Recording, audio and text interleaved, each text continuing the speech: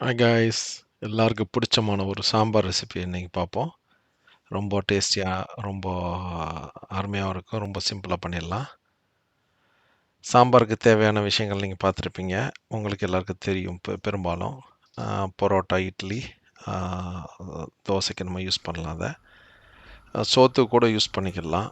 சில நேரங்களில் வந்து நல்லா தான் இருக்கும் அது. கொஞ்சம் கீயை போட்டுக்கிட்டு நம்ம செஞ்சோம்னாக்கா ரொம்ப மணமாக இருக்கும் சாப்பிட்றதுக்கு. ஒரு சட்டி எடுத்துக்கிடுங்க. ஒரு 50 எம்எல் நல்லெண்ணெய் ஊற்றிக்கிடுங்க. கடுகு ஒரு டேபிள் ஸ்பூன் போட்டுக்கிடுங்க. ஸ்லிம்மில் வச்சுக்கிடுங்க. பிளாக் பெப்பர் வந்து ஒரு 7-8 போட்டுக்கிடுங்க.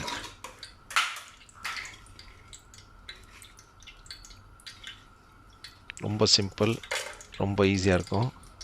இந்த ரவுண்டு காஞ்ச மிளகால ஒரு 4-5 பீஸை போட்டுக்கிடுங்க. இஞ்சி பூண்டு மட்டும் கொஞ்சம் தட்டி போட்டுக்கிடுங்க. கருவேப்பிலை அதோட ஆட் பண்ணிக்கிடுங்க.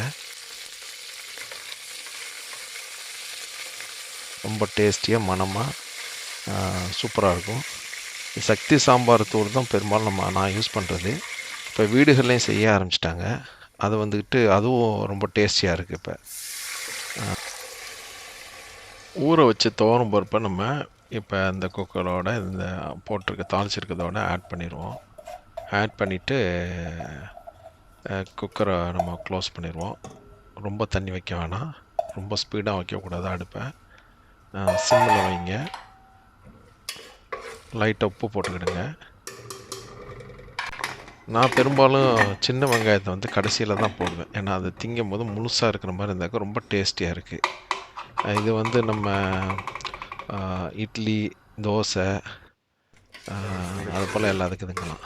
இங்கே பாருங்கள், நல்லா கரைஞ்சாப்பில் ஒரு வேகலில் வந்து நம்ம ஒரு 2-3 இதில் விட்டோம்னாக்கா அது கிளியர் ஆகிடும். அந்த வேகலில் இருக்கணும், அப்போ தான் நல்லாயிருக்கும். ரொம்ப கரைஞ்சாலும் அப்படி ஒரு மாதிரியாக இருக்கும். ஒரு இதில் இருந்தாக்கா நல்லாயிருக்கும். இந்த இந்த இந்த பதத்தில் கொஞ்சம் தண்ணி ஆட் பண்ணிக்கிடுங்க.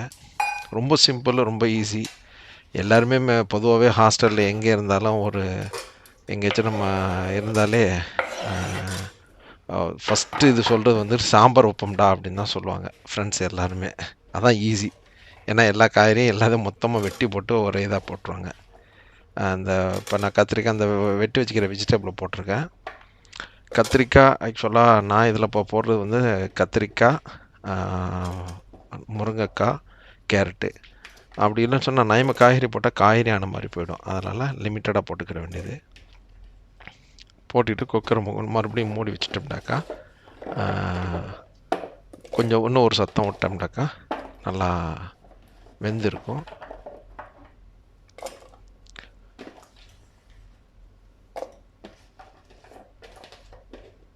ஒரு சத்தம் விட்டால் போதும் உங்களுக்கு. அதுக்கப்புறம் சக்தி மசாலா தூள் நான் போடுறேன். நல்லா உரப்பாக இருக்கும், அதனால் கொஞ்சம் பார்த்துக்கணும். ரொம்ப நீங்கள் போட்டுறக்கூடாது. லிமிட்டடாக போட்டுக்கிடுங்க. நம்ம பேச்சுலராக இருக்கிறதுனால பிரச்சனை இல்லை. அப்புறம் மூடி வச்சுட்டேன்டாக்கா ஒரு சத்தம் தான். அடுத்த ஒரு சத்தம் விட்டோம்னாக்கா எல்லாம் வெந்து சூப்பராக இருக்கும். இது வரைக்கும் நம்ம சேனலை சப்ஸ்கிரைப் பண்ணலாண்டாக்கா சப்ஸ்கிரைப் பண்ணிக்கோங்க, ஷேர் பண்ணுங்கள், கமெண்ட் பண்ணுங்கள். மீண்டும் வேறு ஒரு சமையல் குறிப்பிட உங்களை சந்திப்போம். இதில் வந்து கடைசியில் வந்து நீங்கள் பெருங்காயத்தூள் கண்டிப்பாக ஆட் பண்ணிக்கிடுங்க.